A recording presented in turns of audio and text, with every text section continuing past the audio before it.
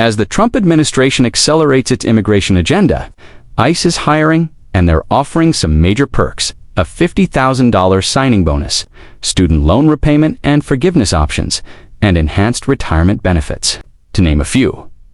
President Trump posted this on Truth Social, *. Oh, you are brave. Law enforcement agents are getting the worst of the worst criminals out of our country.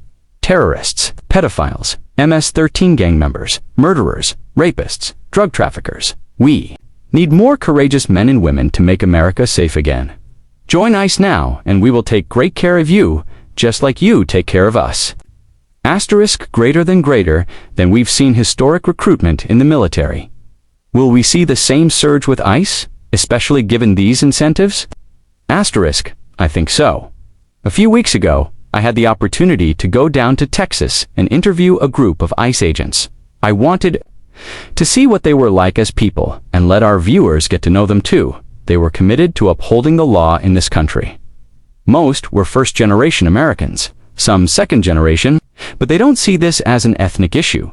They see IT as a matter of law and safety in the streets and towns of Texas. They inspired me. They were serious, dedicated young people. I think we're going to see a lot more recruitment. These incentive programs are important. I believe $65 billion has been allocated to hire more ICE personnel and support them with strong infrastructure. Greater than, as we've seen, there's been a lot of negative coverage from legacy media. Some people don't appreciate the privilege of living here in Target ICE, but the reality is, morale has never been higher. This is a place of mission, purpose, and support from both the administration and patriotic Americans.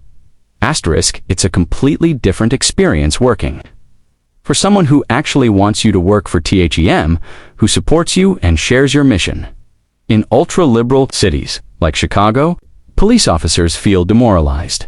Many of those who once considered joining local forces like Chicago PD or NYPD are now looking at federal law enforcement instead because they're offered signing bonuses, student loan repayment, and a mission that's respected. That's far more attractive.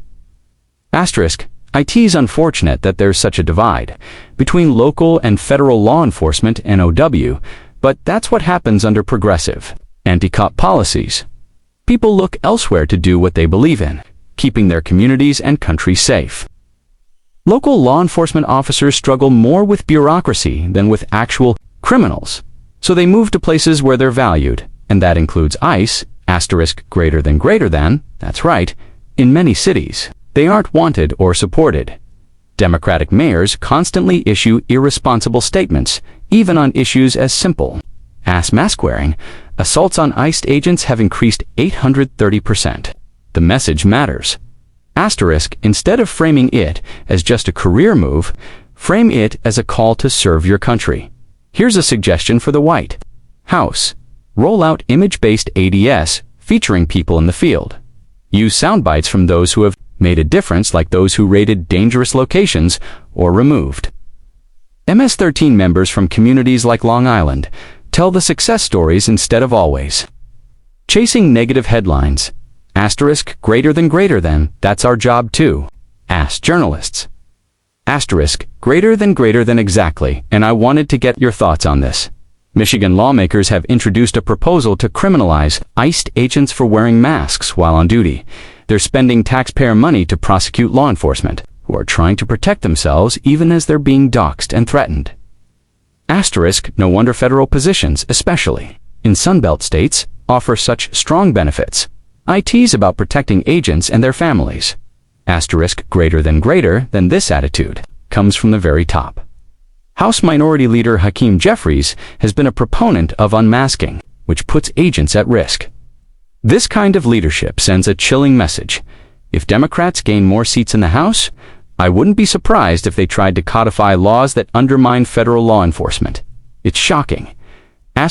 Greater than Florida is doing it differently. They're handing out cash bonuses to police officers, even if it's folded into salary.